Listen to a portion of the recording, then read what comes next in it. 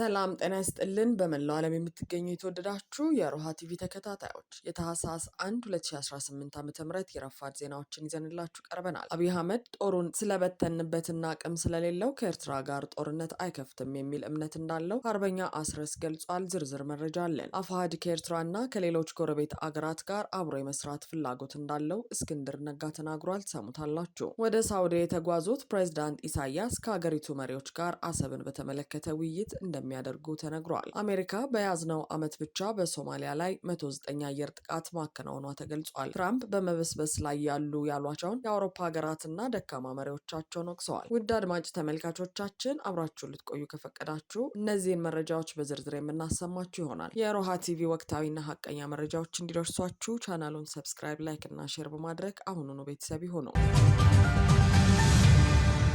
የአማራ ትግልና ህዝቡ እየከፈለው ያለው ዋጋ ጆሮ የተነፈገውና መሰራት ያለበት ስራ ያልተሰራበት ነው ሲል አርበኛ አስረስ ገለጸ። አርበኛ አስረስ ማረዳምጤ ዘጋርዲያን እና ሌሎች ዓለም አቀፍ ሚዲያዎች ስላወጡት የፋኖ ተጋድሎና በአማራ ህዝብ ላይ ስለሚደረገው የዘር ማጥፋት ዘገባ ማብራሪያ ሰጥቷል። አርበኛ አስረስ ማረ ከፍሪ ፕሬስ ሚዲያ ጋር ባደረገው ቆይታ ስለ ፋኖ ትግልና ወቅታዊ አስተላለፎች እንዲሁም ስለ ዓለም አቀፍ ሚዲያዎች ዘገባና ትኩረት ዝርዝር ነገር ተናግሯል። አርበኛ አስረስ አፋብሃ ከተመሰረተ ጀምሮ ስላለው ትግልና የአካሄድ ክፍተቶች መስተካከልን አውስቶ ዓለም አቀፍ ትኩረት እንዳገኘም ጨምሮ ገልጿል። በአሁኑ ሰዓት ፋኖ በተለያዩ ዓለም አቀፍ ተቋማት ዘንድ እውቅና እያገኘ ዲፕሎማሲያዊ፣ ወታደራዊና ፖለቲካዊ እድገት አሳይቷል ነው ያለው አርበኛ አስረስ። አርበኛ አስረስ ስለ ሰሜኑ ጦርነትና ስለ ፋኖ የጦርነት ተሳትፎ ተጠይቆ በሰጠው ማብራሪያ ፋኖ በጦርነቱ ተሳትፏል፣ ነገር ግን ያኔ የነበረው ፋኖ ነባሩ የአማራ ህዝብ አደረጃጀት ሲሆን ራሱን ለመከላከል ህልውናውን ለማስጠበቅ ያደረገው እንጂ አብይ አህመድን ለመታደግ ያደረገው አይደለም ብሏል። እንዲሁም ዘጋርዲያን ጋዜጣ ፋኖ ከአብይ አህመድ ጋር ተሰልፎ በትግራይ ላይ ጄኖሳይድ ፈጽሟል ብሎ የዘገበው የተሳሳተ ነው። አሁን ያሉት የፋኖ አመራሮችና አደረጃጀቶችን ተሳትፈዋል መባሉም ውሸት ነው ሲልም ጨምሮ ገልጿል። አሁን ያለው ፋኖ በተለየ አስተሳሰብና አደረጃጀት ለትግል የወጣ ነውም ነው ያለው። አርበኛ አስረስ ማረ ስለ ፕሪቶሪያ ስምምነት በሰጠው ምላሽ አማራ ያልተሳተፈበትና ያላመነበት ስምምነት ስለነበረ አልተቀበልነውም ያለ ሲሆን ያኔ አማራ ተሳታፊ ቢሆን ኖሮ ሊፈቱ የሚችሉ ችግሮች ይኖሩ ነበር ብለዋል። ሆኖም ግን የፋኖ የትግል መነሻ የፕሪቶሪያ ስምምነት ነው ተብሎ የሚነገረው የተሳሳተ ትርክት ነው። በእርግጥ አብይ አህመድ በአማራ ላይ ጦርነት ለመጀመር ሲፈልግ አማራን አግልሎ ያደረገው ስምምነት ነውም ነው ያለው አስረስ ማረ። ቀጥሎም አማራ ላይ ስለተፈጸመው ዘር ማጥፋት ወንጀል ተጠያቂነት ሲያብራራ በአማራ ላይ የዘር ማጥፋት የፈጸመ ግለሰብም ይሁን ቡድን በዓለም አቀፍ የዘር ማጥፋት ወንጀል ሕግ የሚጠየቅ ይሆናል። በተለይ አማራ ብዙም በማይኖርበት አካባቢ የሚፈጸሙ የዘር ማጥፋቶች ሁሉም በወንጀሉ ልክ እንደሚጠየቅ በዓለም አቀፍ ሕግ ተደንግጓል ብለዋል። የፋኖ ሰራዊት 20 ሺህ ብቻ ነው ብሎ ዘጋርዲያን የዘገበው የተሳሳተ ነው ያለ ሲሆን ዘገባው ላይ ፋኖ ብዙ ቀጠናዎችን ሸፍኗል ብሎ ተናግሮ ግን ደግሞ በቁጥር አሳንሶ ማቅረቡ የተምታታ ሪፖርት ነው ብሏል አርበኛ አስረስ። እንዲሁም ኤርትራ ፋኖችን ታሰለጥናለች ተብሎ በዘጋርዲያን የተዘገበው መሰረተ ቢስ ነው። የፋኖ ተጋድሎ በትልልቅ ከተሞች የተጀመረ ብዙ ዋጋ የተከፈለበት እንጂ በስልጣን የመጣ ወይም የተለየ ቴክኒካል ድጋፍ አልተደረገለትም ነው ያለው። በተጨማሪም ፋኖ የአጼዎችን ዘመን ሊመልስ ነው ብሎም መዘገቡ ስህተት ሲሆን የትግላችን መነሻ ባለፉት 80 ዓመታት የደረሰብንን በደል ለማስቀረትና አህዳዊ የሚለውን ትርክት ለማስቀረት ፍትህ ለማግኘት እንጂ ሌላ ዓላማ የለንም ነው ያለው። እንዲሁም አማራ ጨቋኝ ነው የአጼዎቹ ዘር እየተባለን የሚደርስብንን መከራ ለማስቀረትና ፍትሃዊ ስርዓት ለመፍጠር ነው ብለዋል። በተጨማሪም የተፈጠሩ የተሳሳቱ ትርክቶች አጼዎቹን የሚገልጽ ሳይሆን የፈጠራ ወሬዎች ናቸው እንጂ አጼዎቹ በዘመናቸው የውስጥ ሰላማችንን ብቻ ሳይሆን የውጭ ወረራን ሲከላከሉ የቆዩ ናቸው። ፋኖ የሚጋደለው ሌሎችን ለመጠቅለልና ሁሉንም ለመበየን ሳይሆን ህልውናውን ለማስከበር ነው። ከሌሎች የኢትዮጵያ ህዝቦች ጋር የጋራ ቤት ለመፍጠርም ነው ትግላችን ብሏል አርበኛው። ሌላው ዘጋርዲያንም ሆነ ሌሎች ዓለም አቀፍ ሚዲያዎችና ተቋማት የተሳሳተ ሪፖርትና ዘገባ በድጋሜ እንዳወጡ ትልቅ ስራ ይጠበቅብናል ብለዋል። የአማራ ትግልና ህዝቡ እየከፈለው ያለው ዋጋ ጆሮ የተነፈገውና መሰራት ያለበት ስራ ያልተሰራበት ነው። የአማራ ህዝብ ከአዲስ አበባ ጨምሮ እየተፈናቀለ ቤት አልባና ተሳዳጅ ሆኗል። በዚህም አብይ አህመድና ቡድኑ ብዙ ማዕቀብ ሊጣልበት የሚገባ ሰው የነበረ ነው። አሁንም መንገዶችን በመዝጋት ሕክምናና የንግድ እንቅስቃሴ እንዳይደረግ የደረሰን አዝመራን በማቃጠልና ሰፈርን በድሮንና በከባድ መሳሪያ በማውደም ላይ ያለው መንግስት መር ሽብርተኝነት እንዲቆም ሁሉም አማራ ሊነሳ ይገባል ነው ያለው አርበኛው አስረስ። አርበኛ አስረስ ፋኖ የምስራቅ አፍሪካ ተገዳዳሪ ኃይል ሆኗል ለሚለው ተደጋጋሚ ንግግሩ ሲያብራራ ይህን ቃል የተናገርኩት የዛሬ ዓመት ሲሆን አሁን ግን ሁሉም የሚናገረውና የተረዳው ሀሳብ ሆኗል ብለዋል። አክሎም የአማራ ትግል ከጓዳ ወደ አደባባይ ወጥቷልም ሲል ቀጠናውን የሚመጥን ተቋም መፍጠርና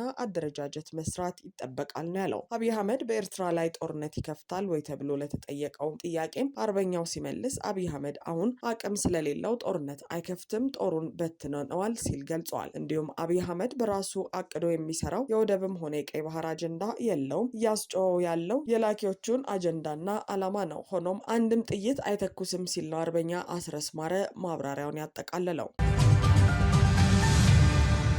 አፋሕድ ከኤርትራና ከሌሎች ጎረቤት አገራት ጋር አብሮ የመስራት ፍላጎት እንዳለው እስክንድር ነጋ ተናገረ። የአፋሕዱ መሪ እስክንድር ነጋ ትናንት ለዶቼ ቬለ በሰጠው ቃለመጠይቅ ድርጅታችን ከብልጽግናው ኃይል ጋር አልተደራደረም፣ የመደራደር ፍላጎትም የለውም ብለዋል። እስክንድር ለሚዲያ ተቋሙ ሲያስረዳም በማስረሻ ሰጤና ባረጋ ከበደ መካከል የተደረገው ስምምነት የግለሰብ እንጂ ድርጅታችን የሚወክል አይደለም ሲል ተናግረዋል። አፋሕድ ከዚህ ቀደም በአፍሪካ ሕብረትና በኢጋድ አማካኝነት ከአገዛዙ ጋር ድርድር ለማድረግ እንቅስቃሴ መጀመሩ ሲገለጽ እንደነበርና መረጃዎች ሲወጡ እንደነበር አይዘነጋም። ከሰሞኑም ራሱ እስክንድር ነጋ፣ ማስረሻና አረጋ ሲስማሙ በቦታው የተገኙትን የአፍሪካ ሕብረት ምክትል ኮሚሽነር ማሊካ ሃዳዴን ጭምር እያነጋገሩ መሆኑን ተናግሮ ነበር። ምንም እንኳን የምንነጋገረው በድርድር ጉዳይ አይደለም ቢልም በትላንቱ ቃለመጠይቅ ድርጅቱ አሁን ባለው ተጨባጭ ሁኔታ ከመንግስት ጋር የመደራደር ፍላጎት የለውም ያለው እስክንድር ያላቸው አማራጭ ራስን መከላከል ላይ ያተኮረውን የትጥቅ ትግሉን ማስቀጠል ብቻ እንደሆነ አመልክተዋል። ከወራቶች በፊት ግን በወሎ ዳውንት ከአፍሪካ ሕብረትና በወርቅነህ ገበየሁ የሚመራው የኢጋድ አደራዳሪዎች ቡድን ጋር እነ እስክንድር ተገናኝተው ስለ ድርድር መነጋገራቸው ሲገለጽ ነበር። እስክንድር ችግሮችን በድርድር ለመፍታት ያላስቻለን መንግስት በተከተለው የአንድ ወገን ፍላጎት በአንድ እጅ ማጨብጨብ ምክንያት ነው ብለዋል። ከመንግስት ወገን የሚሰማው የድርድር ዜናም ቢሆን ከዓለም አቀፉ ማህበረሰብ የሚመጣ ግፊትና ጫና ውጤት ነው ባይም ነው። ይህ የግለሰብ ስምምነት ከድርጅቱ በወጣ የአመራር አባል በኩል መፈጸሙ ምናልባት በአፋሕድ ውስጥ መከፋፈል ተነስቶ ይሆን የሚል ጥያቄ ከዶቼ ቬለ የቀረበለት እስክንድር በድርጅቱ ውስጥ የተፈጠረ መከፋፈል የለም ሲል ምላሽ ሰጥቷል። ማስረሻ ጥቂት ታጣቂዎችን ብቻ ይዞ ነው ከብልጽግና ጋር የተስማማው ብለዋል። ከህወሓትና የኤርትራን ጥምረት በሚመለከት ምላሽ የሰጠው እስክንድር በተለይ ከህወሓት ጋር ጥምረት ፈጥራቸዋል መባሉን ከህወሓት ጋር በፍጹም ሊያጣምረን የሚችል አንዳችም ሁኔታ የለም አይኖርምም ብለዋል። ከኤርትራ መንግስት ጋርም አለ ስለሚባለው ግንኙነትም እስክንድር አስተባብለዋል። የኤርትራ መንግስት ከፋኖ ጋር አብሮ የመስራት ፍላጎት ያለው እንደማይመስለው የገለጸው እስክንድር ነገር ግን እንደ አስፈላጊነቱ የሀገርን ጥቅም አሳልፎ እስካልሰጠ ድረስ ከኤርትራ ብቻ ሳይሆን ከተቀሩት የጎረቤት ሀገራት ጋር አብሮ የመስራት ፍላጎት እንዳላቸው ተናግረዋል። ከዚህ ቀደም በራሱ በእስክንድር ነጋ በተደረገና ሾልኮ በወጣ የስልክ ንግግር አፋሕድ ተወካዩን ወደ ኤርትራ መላኩንና ከሀገሪቱም ጋር ግንኙነት መመስረቱ ተመላክቶ ነበር። ወደ ሳውዲ የተጓዙት ፕሬዝዳንት ኢሳያስ ከሀገሪቱ መሪዎች ጋር አሰብን በተመለከተ ውይይት እንደሚያደርጉ ተነገረ። ከብልጽግናው አገዛዝ ጋር ውጥረት ውስጥ የገቡት የኤርትራው ፕሬዝዳንት ኢሳያስ አፈወርቂ በዙሪያቸው ካሉ ሀገራት ጋር ያላቸውን ግንኙነት በማጠናከር በሁለት ወራት ውስጥ ሶስተኛውን ይፋዊ ጉብኝታቸውን በሳውዲ አረቢያ ለማድረግ ሪያድ ገብተዋል። የአፍሪካ ቀንድ ጉዳዮች ተንታኙ አብዱራህማን ሰይድ አቡ ሐሽም በአካባቢው ያላቸውን ተጽዕኖ ለማጠናከር ከተለያዩ ሀገራትና ወገኖች ጋር ትብብራቸውን እያጠናከሩ ያሉት ሳውዲ አረቢያ እና የተባበሩት አረብ ኤምሬቶች ፉክክር ለፕሬዝዳንት ኢሳያስ የሪያድ ጉብኝት ምክንያት ሊሆን እንደሚችልም ይናገራሉ። ፕሬዝዳንት ኢሳያስ ባለፉት ጥቂት ወራት ከየመን ውጭ ባሉት ዋነኛ የቀይ ባህር ተጎራባች አገራት ያደረጓቸውንና እያደረጉት ያለውን ጉብኝት የኢትዮጵያ የባህር በር ፍላጎት እየተጠናከረ መምጣት ምክንያት ነው የሚሉት የአፍሪካ ቀንድ ተንታኙ ይህ ሁኔታ ለቀጠናው አስጊ ሁኔታን በመፍጠሩ ለመነጋገርም ሊሆን ይችላል ሲሉ ይገምታሉ። በኤርትራና በኢትዮጵያ መካከል ያለው ውጥረት ከዛሬ ነገ ሊፈነዳ ይችላል የሚል የጦርነት ስጋት ተፈጥሯል። በተለይ በሁለቱ አገራት መካከል ያለው ፍጥጫ በዚህ ዓመት እየጠነከረ መጥቷል። እምብዛም ለተደጋጋሚ ጉብኝት ከኤርትራ የመውጣት ልምድ የሌላቸው ፕሬዝዳንት ኢሳያስ አፈወርቂ ባለፉት 2 ወራት ውስጥ ግን 3 ጉብኝቶችን በቀይ ባህር ዙሪያ ባሉ ሀገራት ውስጥ አድርገዋል። በሀገሪቱ የማስታወቂያ ሚኒስቴር በኩል በማህበራዊ ሚዲያዎች ላይ የሚተላለፉት መልእክቶች እንደሚያመለክቱት ሁሉም የፕሬዝዳንት ኢሳያስ ጉብኝቶች በተቀባይ ሀገራት መሪዎች ግብዣ እንደሆኑ ነው። በጉብኝቶቹም ከአገ ከሀገራቱ መሪዎች ከፍተኛ ባለስልጣናት ጋር ውይይቶች መደረጋቸው በጥልቅ ከመገለጹ ውጪ ዝርዝር ሁኔታዎች አይገለጹም። ፕሬዚዳንት ኢሳያስ በህዳር የመጨረሻ ዕለት ለጉብኝት ከአስመራ የወጡት የመካከለኛው ምስራቅ ሀያል አገርና ከቀይ ባህር ባሻገር ወደምትገኘው ሳውዲ አረቢያ ነው። በሀገሪቱ ንጉስ ሳልማን ቢን አብዱልአዚዝ አልሳውዲ ግብዣ ለ4 ቀናት ይደረጋል የተባለው የፕሬዝዳንቱ የስራ ጉብኝት በሁለቱ ሀገራት ከፍተኛ ባለስልጣናት መካከል በሁለትዮሽ እንዲሁም የጋራ በሆኑ በቀጠናውና በዓለም አቀፋዊ ጉዳዮች ላይ ውይይት እንደሚደረግ ተገልጿል። በተጨማሪም ፕሬዝዳንት ኢሳያስና ልኡካቸው ሀያሉን የሳውዲ ልኡክ አልጋወራሽና ጠቅላይ ሚኒስትር የሆኑትን ሙሐመድ ቢን ሰልማን እና ከፍተኛ የሀገሪቱን ባለስልጣናትን በቆይታቸው ወቅት እንደሚያገኙ ይጠበቃል። በቅርቡ የወጡ ሪፖርቶች ሳውዲ አረቢያ ኢትዮጵያ የይገባኛል ጥያቄ ባነሳችበት በአሰብ ወደብ ላይ ኢንቨስት እንድታደርግ ኤርትራ ጥያቄ ማቅረቧን ሊያመለክቱ ነበር። ምጣኔ ሀብቷን ከነዳጅ ጥገኝነት ለማላቀቅ የተለያዩ እቅዶችን ይዛ እየሰራች ካለችው ሳውዲ በኩልም በአፍሪካና በቀይ ባህር ላይ ያላትን የምጣኔ ሀብት ተጽዕኖ ለማስፋት በአሰብ ላይ ፍላጎት እንዳላት ይነገራል። ምናልባትም በዚህ የፕሬዝዳንት ኢሳያስ ጉብኝት ወቅት በሁለቱ ሀገራት በኩል በአሰብ ላይ ያለውን እቅድ በተመለከተ ውይይትና ስምምነት ሊፈረም ይችላል። በዚህ ደግሞ በብልጽግና በኩል በጥብቅ እየተራመደ ካለው የባህር በር የማግኘት ፍላጎት ጋር በተያያዘ ከተነሳው ውግዘት ውስጥ ሳውዲ አረቢያ ልትገባ ትችላለች። ከግብጽ፣ ከኤርትራ፣ ከሱዳንና ከሳውዲ አረቢያ ጋር መልካም ግንኙነት በሌላት የተባበሩት አረብ ኤምሬቶች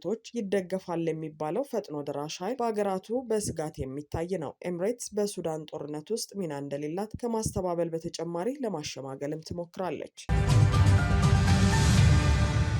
አሜሪካ በያዝነው ዓመት ብቻ በሶማሊያ ላይ 109 የአየር ጥቃት ማከናወኗ ተገለጸ። የአሜሪካ የአፍሪካ ኮማንድ አፍሪኮም በሶማሊያ ውስጥ እያደረገ ያለው ዘመቻ በያዝነው ዓመት 2025 ከመቼውም ጊዜ በላይ ተጠናክሮ መቀጠሉ ተሰምቷል። አፍሪኮም ባወጣው መግለጫ በቅርብ ማለትም ከኖቬምበር 26 እስከ ዲሴምበር 3 ባለው ጊዜ ውስጥ በጁባላንድ እና በፑንትላንድ 7 የአየር ጥቃቶችን መፈጸሙን አስታውቋል። ይህም በያዝነው ዓመት 2025 ይህ ተቋም በሶማሊያ ውስጥ ያደረጋቸውን ጥቃቶች ብዛት 109 አድርሶታል። አሜሪካ በሶማሊያ ላይ በአንድ ዓመት ከፍተኛ ጥቃት ስትፈጽም የከፍተኛ የሚል ሪከርድ ያዘ ሆኗል። ለዚህ ሪከርድም የፕሬዝዳንት ትራምፕ አመራር ከፍተኛው ሚና ተጫውቷል። ፕሬዝዳንት ትራምፕ በመጀመሪያው የስልጣን ዘመናቸው በ2019 በሶማሊያ ወታደራዊ ጥቃት እንዲፈጸም ትዕዛዝ የሰጡት 63 ጊዜ የነበረ ሲሆን ይህ ከአሜሪካ ፕሬዝዳንቶች መካከል ቀዳሚ ደረጃ እንዲይዙ አድርጓቸው ነበር። ምክንያቱም ፕሬዝዳንት ጆ ባይደን በ4 ዓመት የስልጣን ዘመናቸው በሶማሊያ ላይ ጥቃት እንዲፈጸም ትዕዛዝ የሰጡት 51 ጊዜ ብቻ ሲሆን ፕሬዝዳንት ባራክ ኦባማ ደግሞ በ8 ዓመት የስልጣን ዘመናቸው ይህንን ትዕዛዝ የሰጡት 48 ጊዜያት ብቻ ነው። ፕሬዝዳንት ትራምፕ በሁለቱ የስልጣን ዘመናቸው በሶማሊያ ላይ በአጠቃላይ 219 የአየር ድብደባ እንዲፈጸም ትዕዛዝ መስጠታቸውን መረጃዎቹ ያሳያሉ።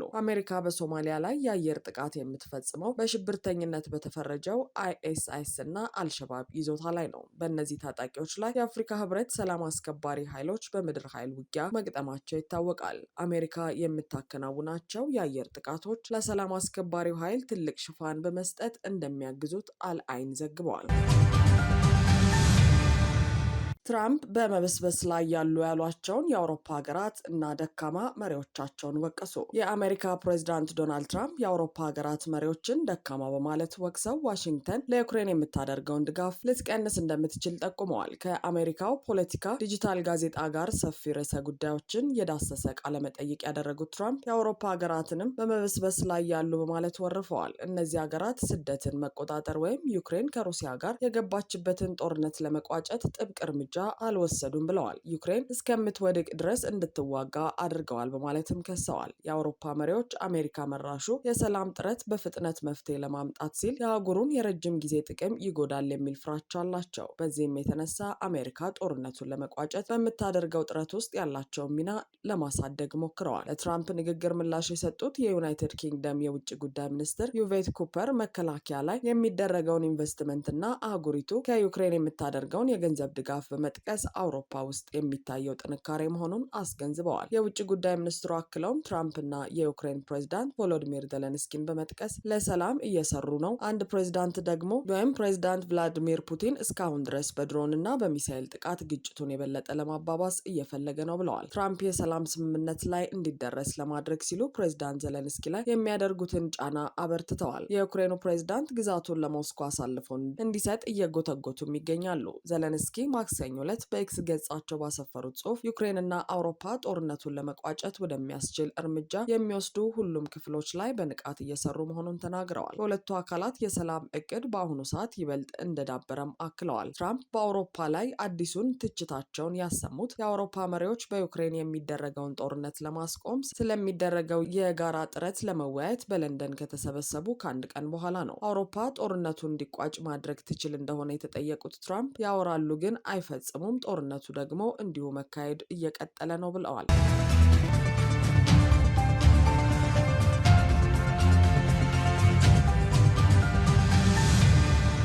አድማጭ ተመልካቾቻችን የሰዓቱ የሮሃ ቲቪ ዜናዎች የተከታተላችኋቸውን ይመስሉ ነበር። አብራችሁን ስለነበራችሁ ከልብ እናመሰግናለን። ሰላም